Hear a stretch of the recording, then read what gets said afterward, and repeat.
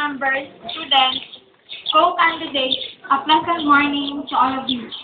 Standing in front of you is Grace Joy Valesa, a second-year BSIM student, Block B, running for SBO Senator under the banner of SAMASA, which means Samahan ng Masang Estudyante.